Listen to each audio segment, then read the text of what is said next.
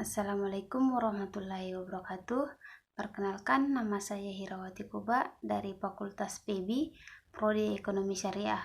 Di sini saya akan memaparkan secara singkat tentang permintaan dan penawaran.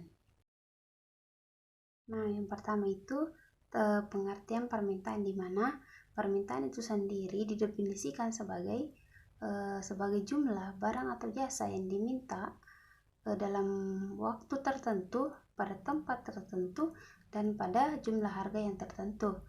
Nah, yang kedua itu hukum permintaan, yang dimana menyatakan bahwa semakin tinggi atau meningkatnya harga pada suatu barang tersebut, maka jumlah permintaan akan semakin menurun. Dan sebaliknya, apabila harga atau barang tersebut harga dari barang tersebut menurun, maka jumlah permintaan yang diminta itu semakin banyak atau semakin meningkat. Nah, yang ketiga itu faktor-faktor yang mempengaruhi permintaan. Yang pertama itu harga barang. Nah, seperti yang telah dikatakan tadi di hukum permintaan barang, di mana apabila harga barang tersebut meningkat, maka jumlah barang yang diminta itu semakin menurun, dan sebaliknya apabila harga barang yang diminta itu turun atau harganya rendah, maka jumlah permintaan akan semakin banyak. Nah, yang faktor kedua itu harga yang berhubungan, di mana ini terbagi atas dua, yaitu barang substitusi atau barang pengganti dan barang komplementer atau barang pelengkap. Nah, yang ketiga itu pendapatan konsumen, di mana pendapatan konsumen ini sangat mempengaruhi pada proses permintaan barang. Karena apabila pendapatan konsumen setiap harinya itu banyak, maka jumlah permintaannya juga ini akan meningkat. Dan apabila pendapatan konsumen ini menurun, maka jumlah permintaan itu juga akan menurun. Nah, dari sini bisa dilihat bahwa pendapatan dalam masyarakat ini sangat mempengaruhi adanya proses permintaan dalam pasar.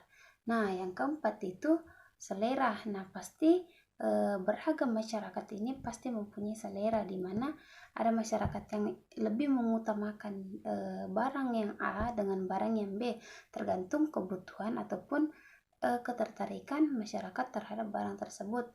Nah, yang kelima itu jumlah penduduk. Nah, di sini jumlah penduduk juga sangat mempengaruhi, karena barang yang dihasilkan oleh produsen ini dapat dilihat juga dari jumlah penduduk. Apabila jumlah penduduk itu banyak, maka barang yang dihasilkan juga oleh produsen ini akan banyak, sehingga jumlah permintaan nantinya ini atau jumlah yang membutuhkan ini pasti akan meminta lebih banyak atau lebih tinggi tingkat permintaannya dari masyarakat untuk produsen ini atau produksi ini.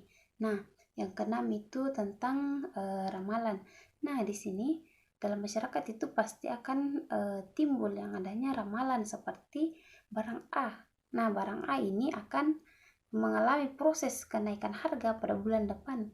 Otomatis pada bulan sekarang ini masyarakat ini pasti akan melakukan pembelian sebanyak yang mereka butuhkan dibandingkan nanti pada bulan depan, karena dia sudah mengetahui bahwa barang A ini akan naik harganya pada bulan depan. Jadi di sini juga merupakan faktor yang sangat penting dalam mempengaruhi permintaan. Sekarang kita masuk kepada penawaran. Penawaran ini dapat didefinisikan sebagai jumlah atau barang yang dijual pada pasar, di mana pada waktu dan tempat tertentu. Nah, adapun hukum penawaran tersebut mengatakan bahwa apabila harga suatu barang atau jasa meningkat, maka otomatis jumlah penawaran yang dilakukan masyarakat juga akan meningkat. Dan sebaliknya, apabila jumlah harga dari barang tersebut menurun, otomatis jumlah penawaran juga akan menurun yang dilakukan oleh masyarakat. Nah, adapun faktor-faktor yang mempengaruhi terjadinya suatu penawaran, yaitu yang pertama, yaitu barang yang bersangkutan, di mana jumlah barang ini apabila barang tersebut terjadi kenaikan harga, maka penawaran juga akan meningkat untuk membeli atau proses tawar-menawar di barang tersebut. Nah, yang kedua itu harga barang yang lain. Yang pertama itu barang substitusi, di mana barang substitusi ini sebagai barang pengganti. Nah, yang kedua itu barang komplementer. Nah, di mana barang komplementer ini sebagai bahan pelengkap atau barang pelengkap yang digunakan di dalam suatu masyarakat.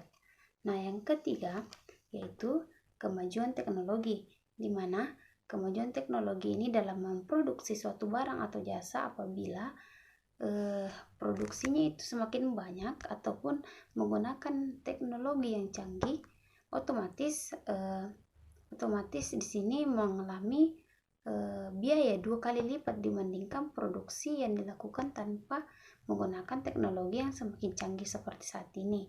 Nah, yang kelima itu tentang biaya produksi, di mana biaya produksi ini sangat mempengaruhi juga adanya suatu kenaikan harga pada barang, karena apabila biaya produksi yang dipakai untuk memproduksi barang tersebut banyak, otomatis barang tersebut yang diproduksi juga akan sedikit dan akan mengalami juga kenaikan harga. Nah, otomatis di sini akan menimbulkan adanya proses penawaran dari masyarakat yang lebih banyak. Nah, yang terakhir itu ramalan, sama halnya dengan di hukum permintaan tadi ataupun di materi permintaan tadi, bahwa pasti dalam suatu masyarakat ini timbul ramalan bahwasanya barang A yang A ini akan naik harga pada bulan depan. Otomatis pada bulan ini terjadinya proses penawaran yang rendah, karena di sini masih biayanya itu atau harganya itu masih menurun dibandingkan bulan depan itu akan tinggi. Pasti otomatis jumlah penawaran pada bulan depan itu lebih banyak dibandingkan bulan ini karena proses penawaran harga tersebut. Oke, terima kasih. Sekian dari saya. Mohon maaf apabila ada kekurangan. Saya Hirawati Kuba dari Prodi Ekonomi Syariah. Assalamualaikum warahmatullahi wabarakatuh.